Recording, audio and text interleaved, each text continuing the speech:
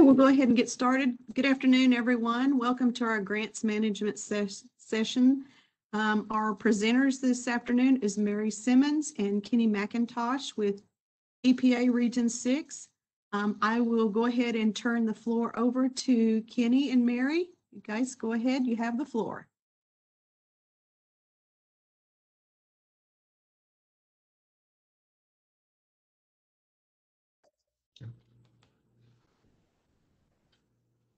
Hi, Karen, can you guys hear me clearly? Yes, I can hear you. Okay, I just wanted to kind of make sure we were good on our audio. Thank you guys, first of all, for allowing us to be a part of the summit this year. We really appreciate having a slot on the agenda. And today we're going to be talking about our grants budget narrative. Let me see if I can move this a little bit more. Yeah, today we'll be talking about our budget narrative. The grant specialists that we have today are myself, Mary Simmons, and Kenny McIntosh. Our Region 6 grants team leader is Chris Watkins, and our Region 6 grants supervisor is Miss Cora Stanley. So let's just get right to that budget.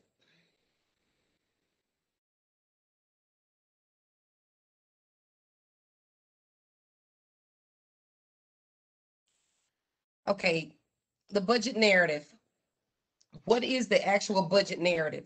The budget narrative here is basically an explanation of the expenses that we show on our 4248. It actually breaks down the actual items that a grantee will spend their funds on in the budget in various budget categories. So we want to kind of focus on those categories as we go through our slides here. So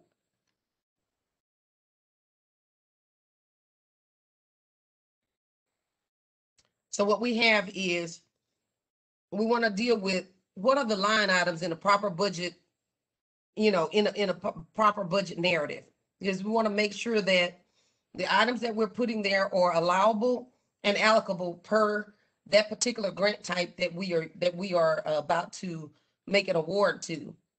And it's vitally important that we stay within the guidelines of what's allowed for those particular things. So what are the components of our budget narrative?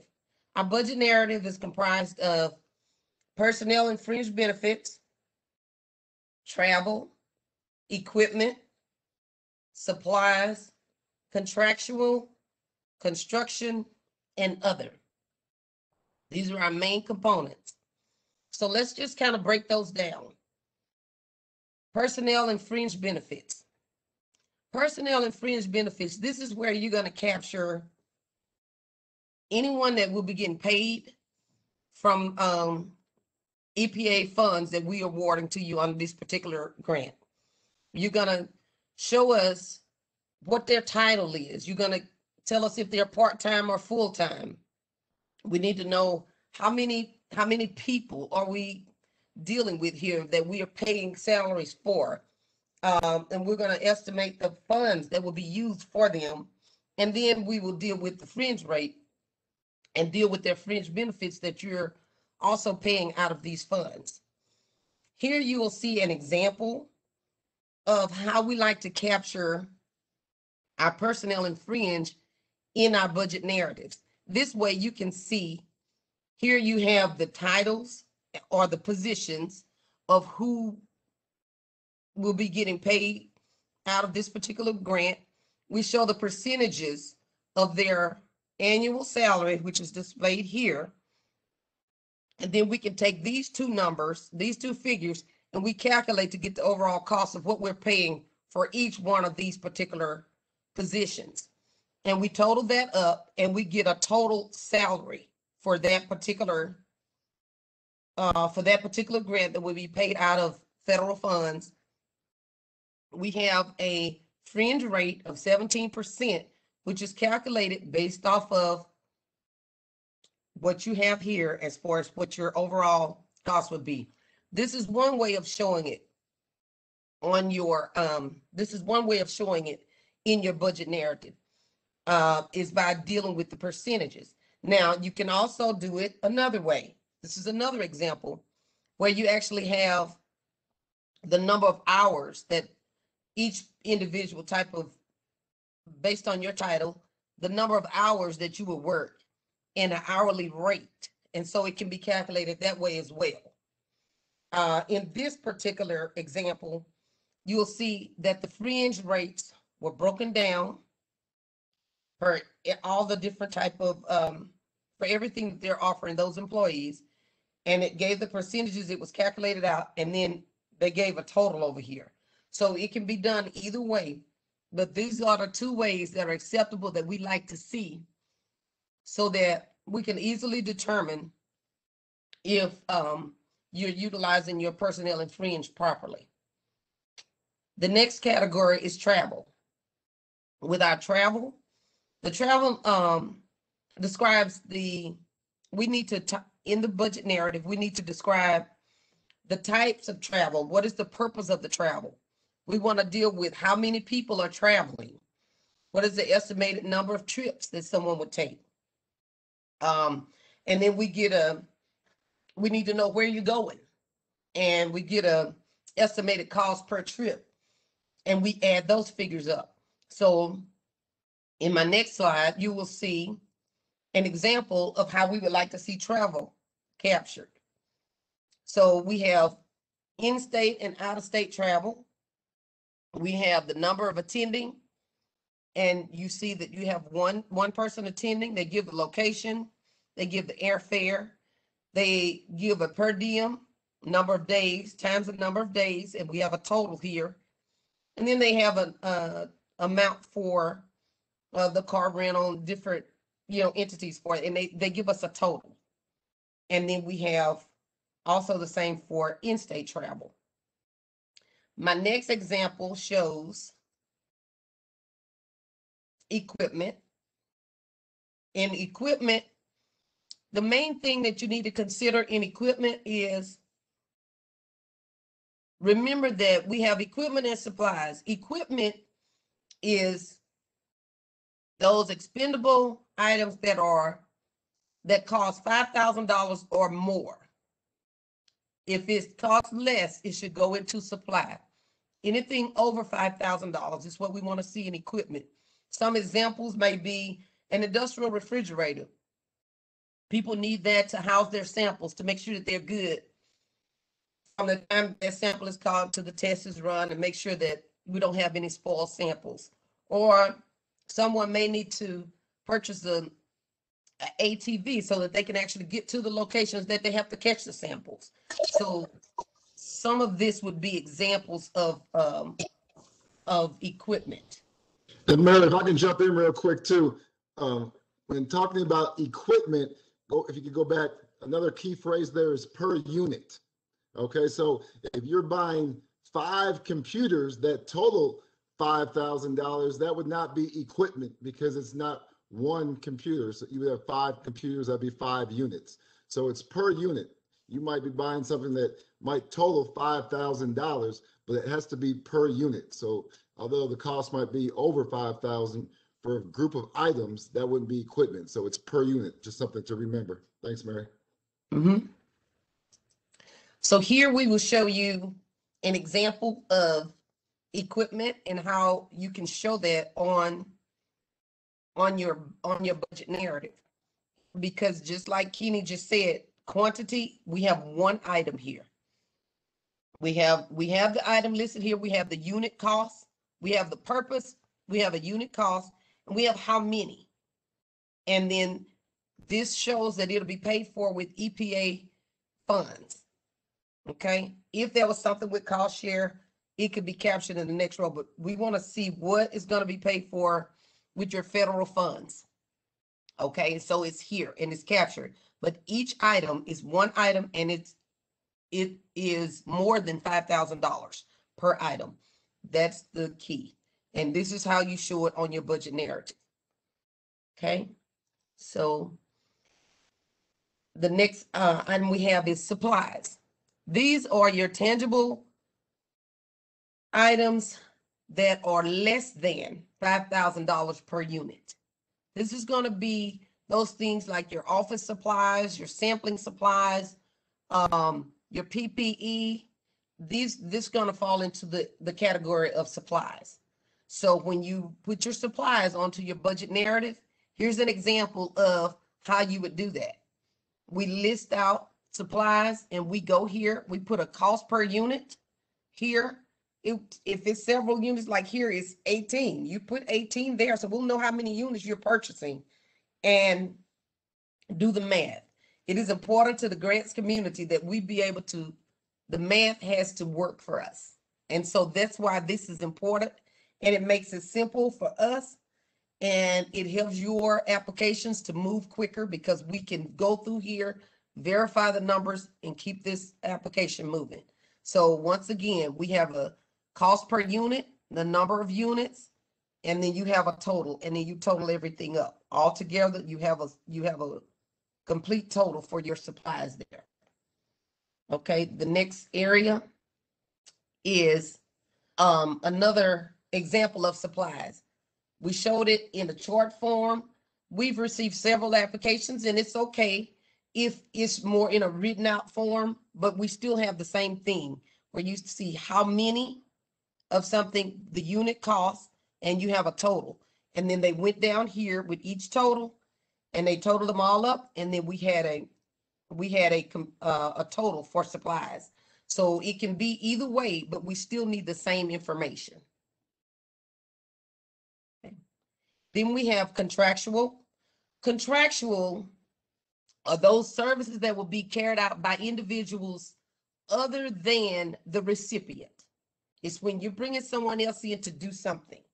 So some examples would be if you had a speaker coming in, or if you had lab fees for testing services, you paying somebody to do your labs, audio visual services. Those are some of the things that you would contract out to do if you did not have the personnel on site. Okay, this is how it would show on a budget narrative. You have what it is, you have the amount that you are requesting for that, and a total. Same thing here.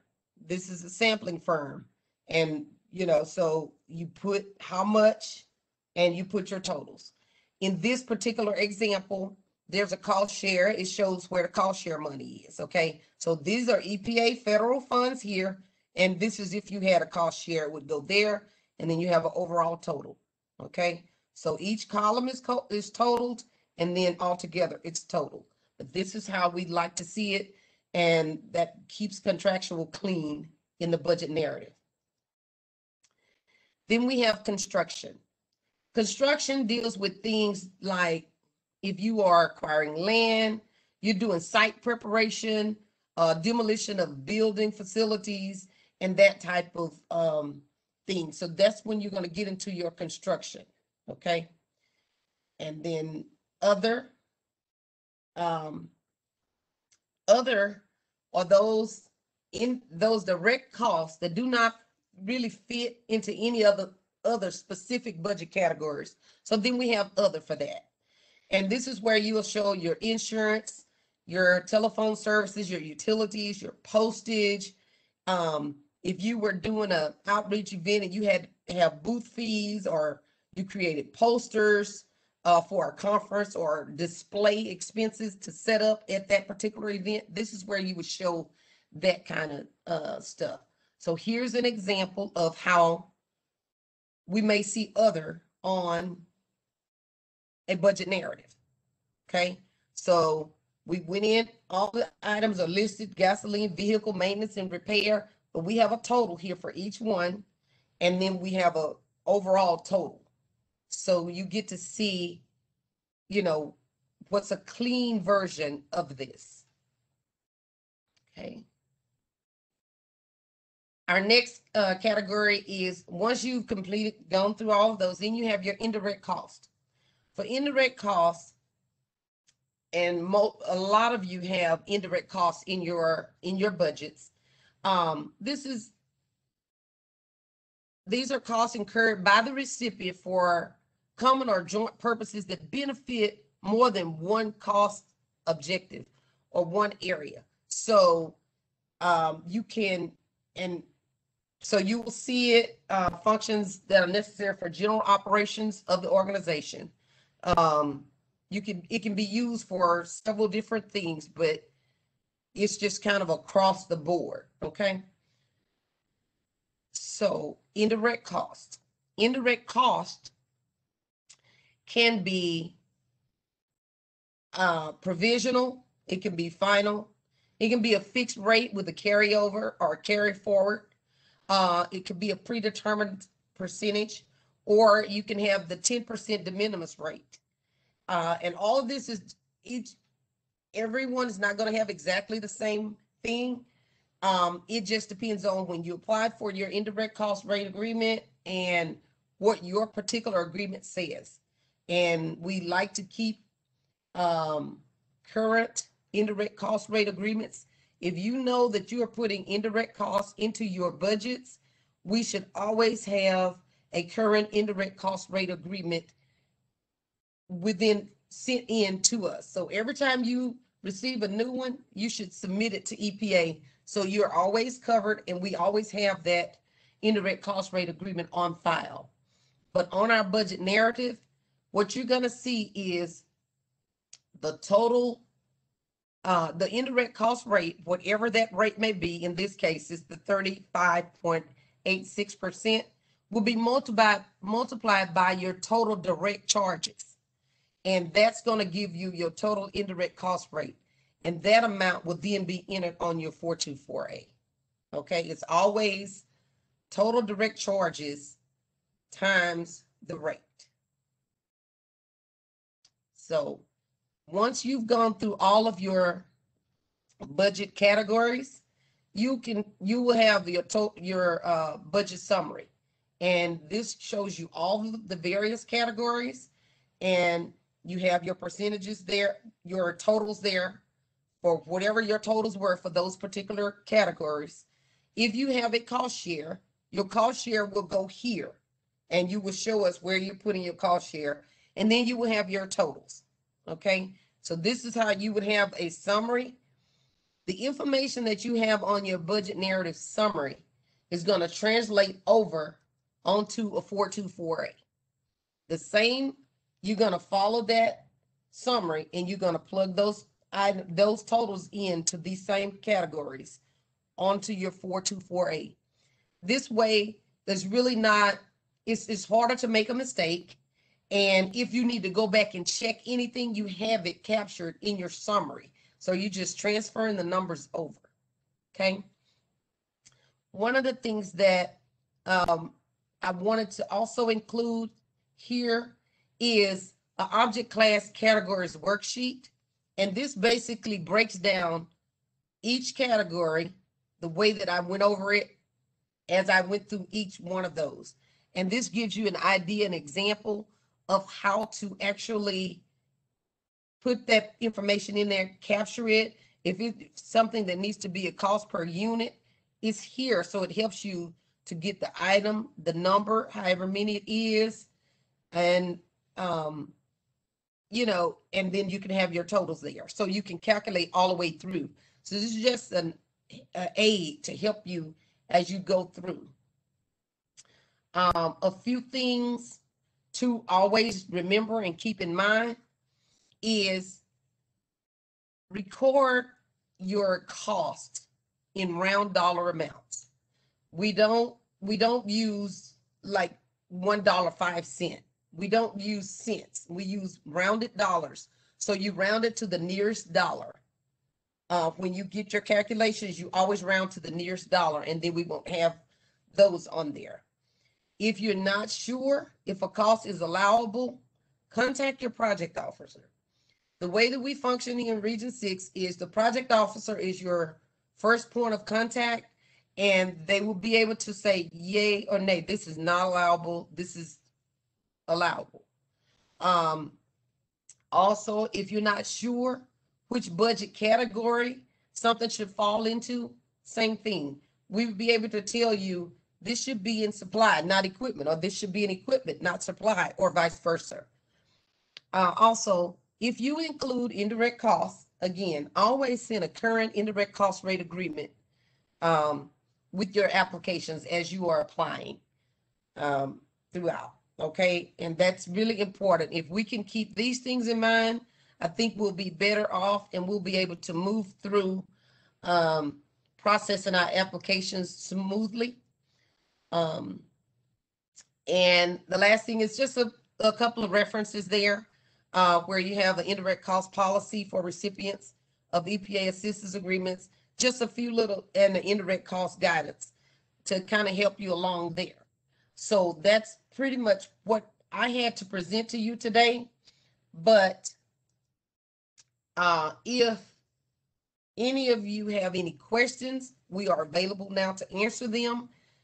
This presentation will be available for you to have access to it through the system. So if anyone had any questions at this time, I'm available. Kenny McIntosh is on the line. My team leader, Chris Watkins, is also on the line. So if we have any questions, we'll take them at this time. Thank you, Mary. And at this time, I'm going to go ahead and try to unmute everyone. So everyone is unmuted. Yeah, if he wasn't crazy, I would have thought. Okay. I unmuted everyone. There was a lot of background noise. A lot. We can try that one more time.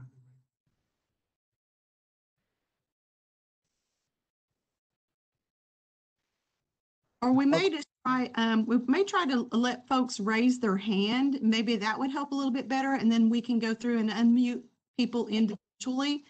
So if anyone has any questions, unmute, raise your hand right now and we'll go through and try to find you and You can unmute. also use the chat too. Yes, you can also use the chat.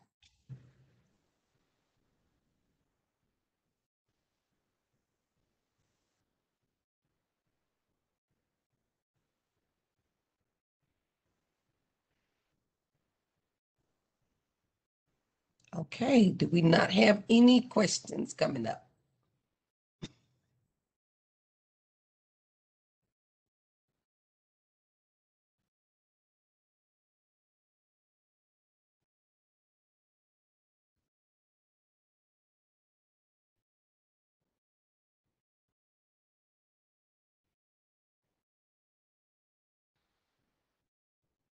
Okay, well, Mary, do we have any Um, questions? I can't hear I anyone. have, we Okay. have a couple. I have someone that raised their hand, so let me see if I can unmute her. Okay, Margaret. Yes. Okay, go ahead and Can ask you hear your me? question. We can hear you. Yeah. I just wanted to ask how we deal with when we're adding up the total of our budgets and you always have that few cents that you're short or you go over the few cents and it's always hard to fit that in to make it come out to what your budget should be. Even though you do your nearest dollar, you round it up to your nearest dollar, you do all that. There's always that few cents that is under or over. What is the best way to handle that? Well, you may want to try to work backwards from what you know your amount will be. That may help. But if you have a, let's see, if you have a category, I mean, where there's a extra pen, you know, we need to put it in there. I know, but we do need the numbers to equal. In some cases, when you get to like supply and you have office supplies, you know, you don't, you may not, you don't always have to give us a breakdown of, we're going to have 10 pens, 20 sheets of paper, okay, whatever. So if you have a few extra cent or a few dollars to make that an even number, because we're not going to ask you for a breakdown of pens and paper and paper clips, you know? So you can easily put that money into there to make that number equal. Yeah, okay. Usually All your right, office thank you. supplies is, usually your office supplies is something that you allocate by the month, and then you add up all those months for a, you know, a total. So usually you come up with a monthly um, expense for office supplies, and you know, you could adjust your monthly expense to make all those numbers add up. Mhm. Okay, thank you. Mm-hmm.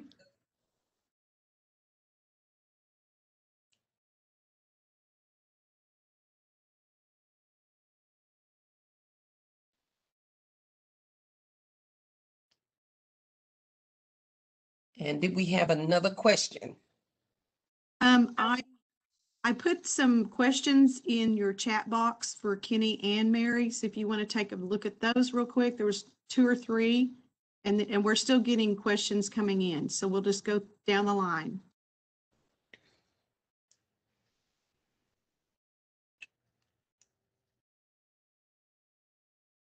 Okay, Kenny, can you see the chat box? Otherwise, I'm gonna have to change my whole view to get to it. Yeah, I'm not seeing anything in my chat box.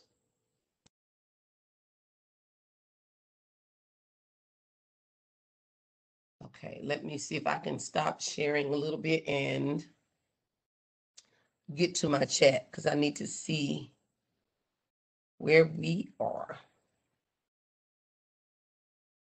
Okay.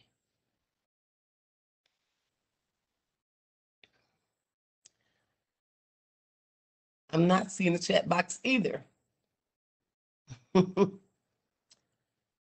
Okay, Karen, can you, I don't, for some reason, oh, wait, let's see. If you Here. go down to the right-hand corner and click on the chat. Okay, now I'm Bring it up. going back up here. Let's see. Can we get a copy of the presentation emailed or tell us where we can find it?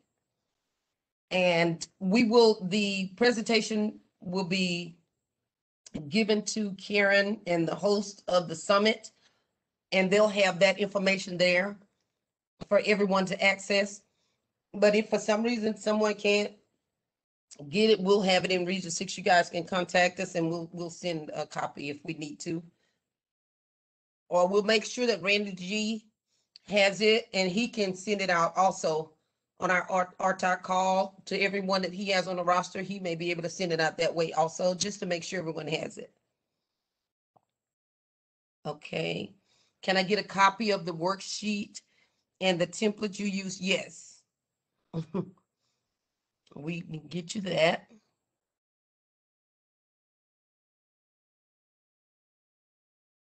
Okay, let me catch up here. It's a lot in this chat.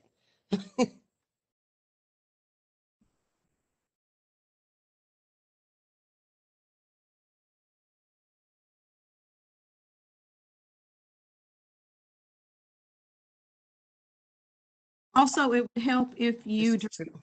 questions to the panelists. Because right now I'm having to copy and paste them and send them to the panelists. So it'd make it a little bit quicker if you just send your questions to the panelists. Yeah, that would help. Let me see. I'm trying to go down this list real quick.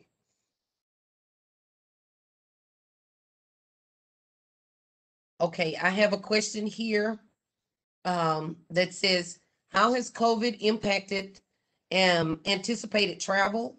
Are folks allowed to rebudget?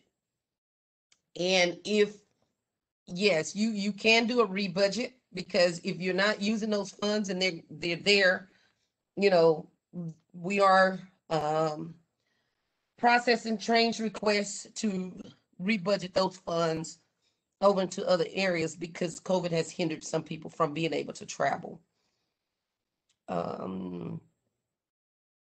Let's see.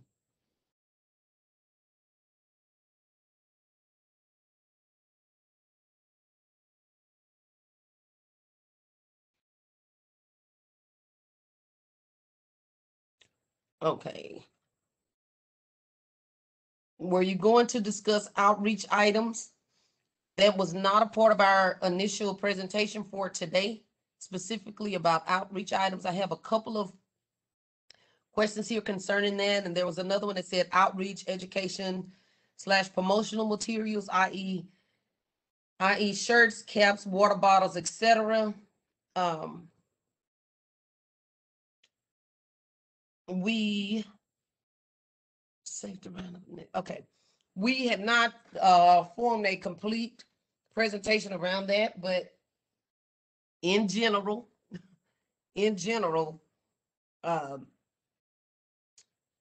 outreach items as far as, you know, what we were dealing with and the purposes of this budget, budget narrative. If you are doing advertisement, for, if you're doing advertisement for training, technical assistance, environmental education, those kind of things, and you have a booth or posters or any material, you know, then we will go with that. My team leader, Chris, you know, may want to weigh in on that more.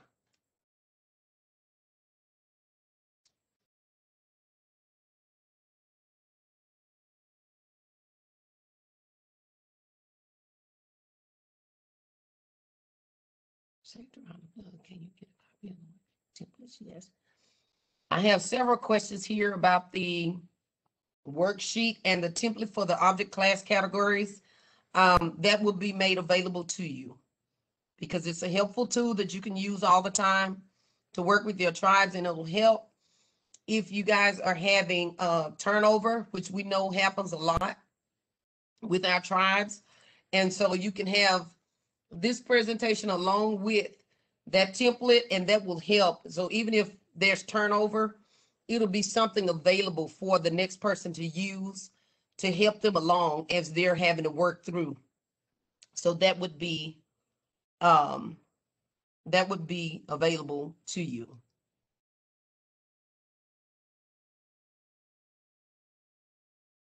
Let's see, I have a question about that. Let's see.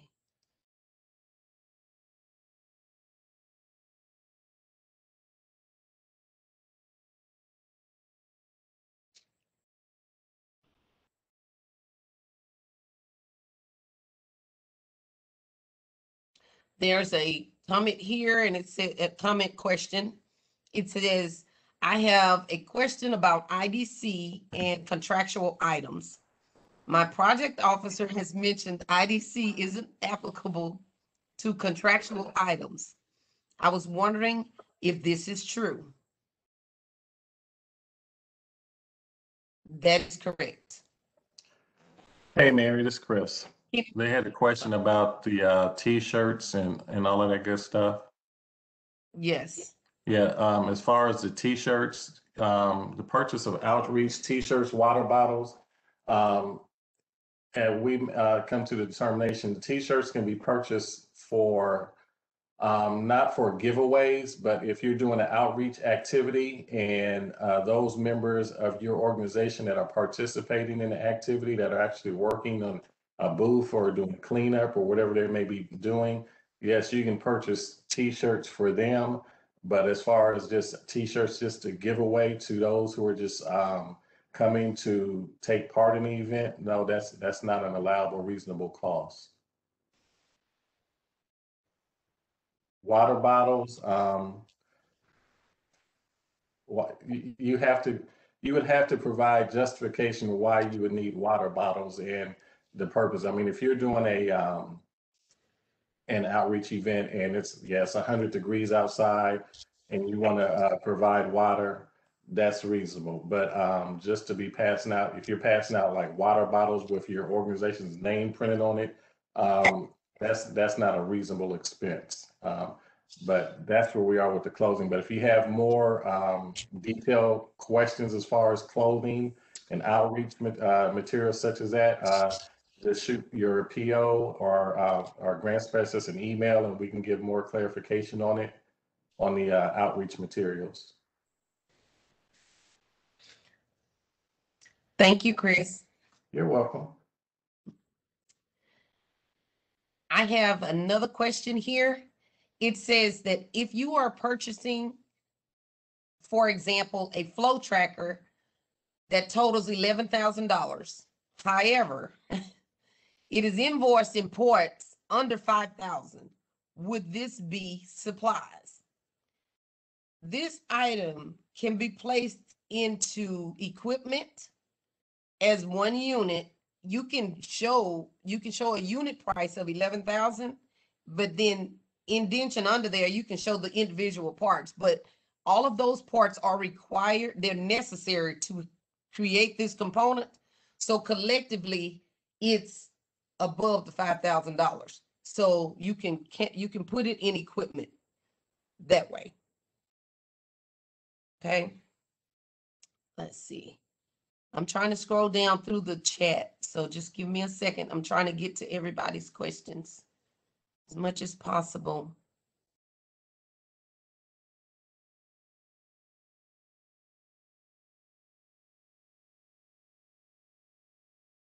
Let's see.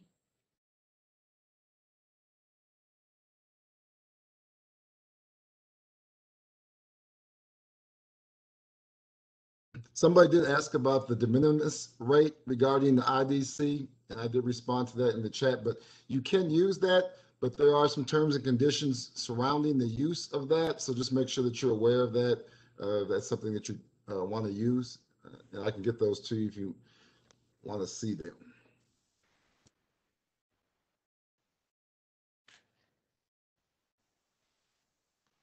Okay, we had several folks that raised their hands, so we're going to try to get to some of those right now. So I'm going to try to unmute Tammy Arnold and see if she still has a question. Okay. No, I don't. Thank you. Okay. I don't find the next person, Nancy John. I'm going to try to unmute you now. Okay, you should be unmuted. Hi, Mary. Yes, I have a question on the chat I had put on there. The interim IDC rate, the approved rate that we currently have. This is one of the things that we had brought up in years past at our top meetings, was the ability to be able to use your approved rate. And then let's say I submit an application, but I don't have an approved rate for that fiscal year that I'm submitting an application for. Can I still use my current approved rate as an interim IDC rate until the rate that was submitted for approval? Once we get that back, and then we provide that and make adjustments if needed, up or down, depending on what that rate comes back to us as. Yes, you can use that rate. You just have to show us proof that you have submitted and applied for your new, that you have an application in, that you are trying to acquire a new current indirect cost rate agreement. And so then we usually do that every year with our application. But then again, once grants management starts going through and reviewing, all the various applications, and I realize that there are a number of them that you'll have to go through, we always get that question back. Whenever you say we have to show proof, is it acceptable, which we have done in the past, just to have a letter from our treasurer stating that this has been submitted, the request has been submitted to the business center, and we're awaiting a response?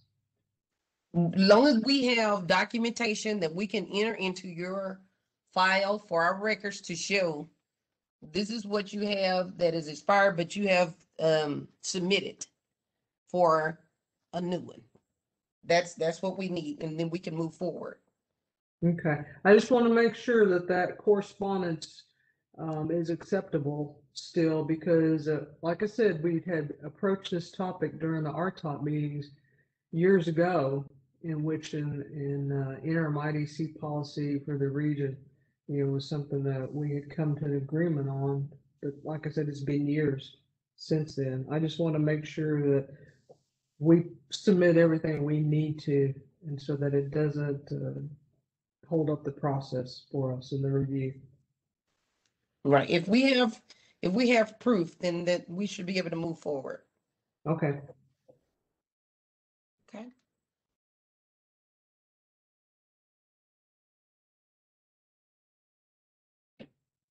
Okay, thank you. If we haven't answered your question yet, can you put it in the chat box again? I want to make sure that we don't miss anyone's questions.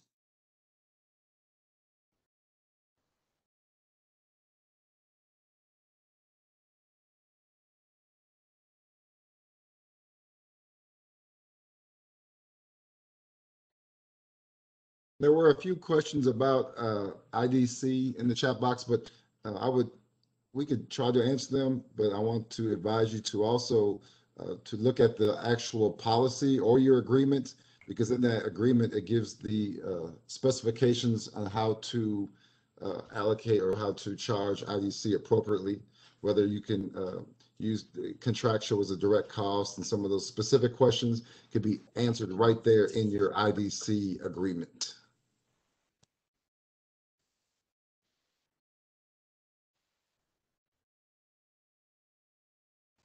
And let's see.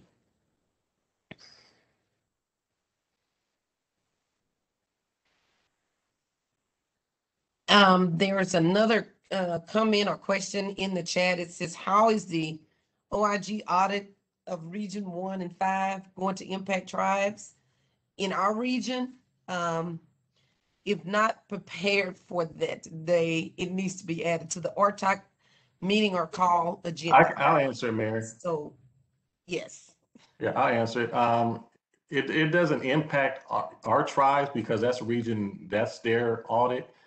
The main takeaways from the audit is what we just did a training on, is the budget narrative, accounting for supplies and accounting for equipment. I'll give you a prime example. If you have in your supply line item on your budget that you're spending $2,500 or $5,000 on office supplies, and it's a year, and your award is for a year, what are you buying for $5,000 office supplies? So we need to be able to break that down and get it more detailed. You can't say, hey, we're buying office supplies $5,000. We're buying office furniture at $10,000. We need to know exactly what you're buying. And so that's what the audit is focused on, is giving more details on the budget, being able to provide where you're getting your match from, your money, and being able to substantiate that you have your money for the award. So if the government's putting up 85%, you should be putting up your 15%. Make sure that you're matched, that you actually have it. So that's what those are focused on, is the budget narrative for supplies, equipment, and travel, and contractual, and just being able to identify that. So when you do your work plan, I'll give you an example. You say you're doing outreach. You just can't say outreach and leave it at that and say we need $3,500 for outreach. Who are you doing outreach with? How many people do you anticipate taking part in your event? So if you're doing 10 outreaches, okay, we need details on all 10. Where, what, how many people do you anticipate? So those are the things that the audit is focusing on. And so those are the things that we're going to start, in Region 6, starting to ask for more details in your work plan, your budget narrative, so we can identify what is actually going on. So when the audit is pulled on one of our awards, we can say, hey, here's everything that we have. And we've addressed all the issues, all the items that are in the budget. I hope that kind of clarifies it, but that's mainly is focusing on your budget narrative and accounting for the money.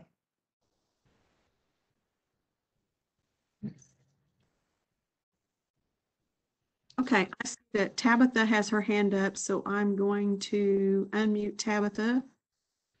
I can get to her name.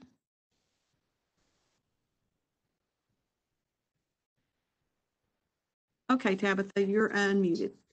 Thank you. That was my question in the chat. One of the things I read in the audit was also would probably entail, if that changed, if the numbers weren't all these specifics you're talking about, and throughout the year things changed, that would require more budget adjustments throughout the year. And so that's one of my questions too. All these specifics, if anything changes, any dollar amounts or any events or anything like that you mentioned, like an outreach, is that going to require some sort of budget amendment for everything like that? No, you don't have to do a budget amendment for everything. Well, I think the 2 CFR says what, 10% of certain line items. So, I mean, if you, I'll give you that. You have 10 outreaches, but due to COVID, you were only able to do one. So, are you going to do an extension to your award and reschedule those other 8 outreaches? Or are you going to take that money and reallocate it somewhere else? If you're going to reallocate it somewhere else, then yeah, you might want to take a look and say, hey, I need to, just provide a updated budget to us, let us know where you're moving that money around to. I'm not saying that you had to get our approval to do it, but you should let us know what you're doing with the money. Yes, approval is needed if the project officer deems it significant. Amendment will be required. Also, if the funds are going to be switched in a different object class category, so if you're going to switch funds from the other to equipment, that will require a formal amendment. You can't switch, reallocate funds to a different object class category. So if you're moving funds from personnel to other, or from IDC to another object class category, yeah, then we would have to do a formal amendment. Regardless of a dollar amount, like a 10%, if you move, Yeah, it's if the project officer deems the change significant. and you move it, I guess I'm still a little confused on it, but I mean, I can follow up with you guys. I don't want to take up too much time, because if he thinks it's significant in general, even if it's in the same category, or if you're moving it. I mean, the first step would be to And consult. or, The first step would definitely be to consult your project officer, and then the project officer would make the call. If, the change is significant, then the formal amendment would be required. If the project officer doesn't think the change is significant, you would adjust the work plan accordingly. But if the project officer does require, or does find it significant, that's when the formal amendment will be required.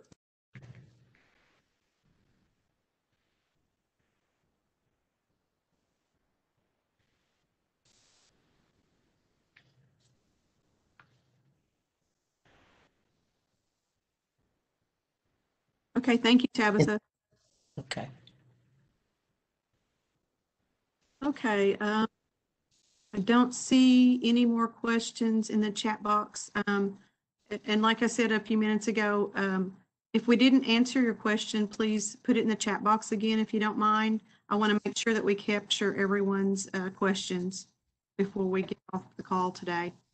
And also, Mary, if you don't mind, if you'll send me your PowerPoint, I can share it with everyone. And we're also recording. Yes. We're also recording this session, so probably next week, maybe towards the end of the week, we'll have all the sessions on our YouTube channel. Yes, Karen, I will send you the PowerPoint as well as the object class category worksheet that I showed on there. And so everyone will have that to use as a guide. Okay, thank you.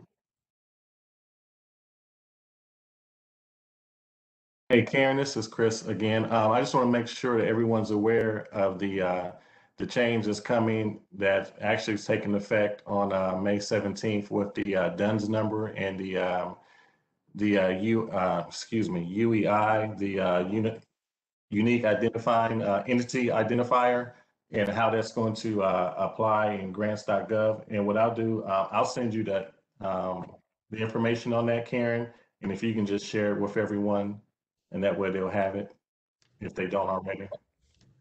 Okay, I sure will. Thank you. So Mary, Kenny, do you guys see any new questions in your chat box? I haven't seen any come through on my end. I haven't seen any additional ones on my end. Nothing here as well. And just so everyone knows, we do attend the RTOC calls. So if something should come up and you have additional questions, we attend those calls as well. So, don't hesitate to ask a question, because we are present on those as well.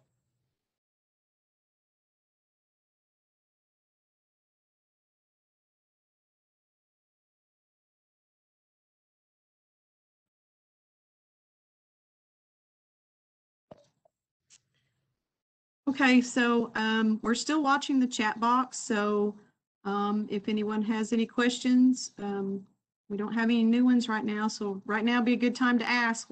A little earlier, we were kind of overloaded with questions, but it's kind of calmed down now, so now would be the time. And also, if you think of something after the fact, you can send it to me and I'll be glad to forward it on also, just in case you didn't get a chance to ask during the call.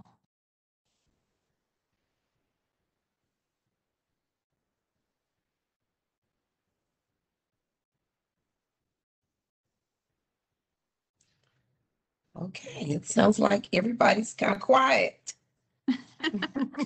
I think so. Oh, I think we'd have one. Is there also a change to the DUN's number or just the UEI number in grants.gov? The change is going to be, the DUNS number is going away, so it's going to be replaced with the UEI number. However, grants.gov is still being updated, and until everything is transferred over, you'll still be able to utilize that DUNS number. I just sent email to Randy I didn't have your email, Karen, so I sent it to Randy so he can forward it to you. It gives you all the information on the UEI and the DUNS number and the transition in grants.gov.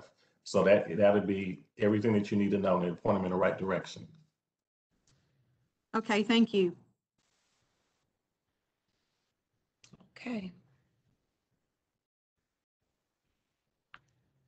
Oh, and also I sent Randy a copy of a sample budget narrative that Mary was using also that she was going by. If they want to use it's totally up to them. They don't have to use it, but it's just a sample they can use if they would like. They can just look at it and trash it or use it. It's up to them.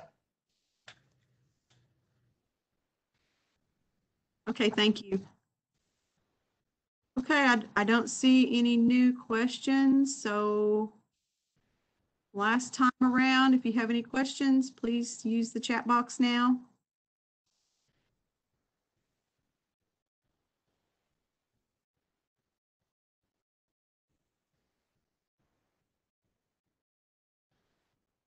Okay, I don't see any more questions in the chat box addressed to me. Do you guys see any one last time? We'll take a look real quick.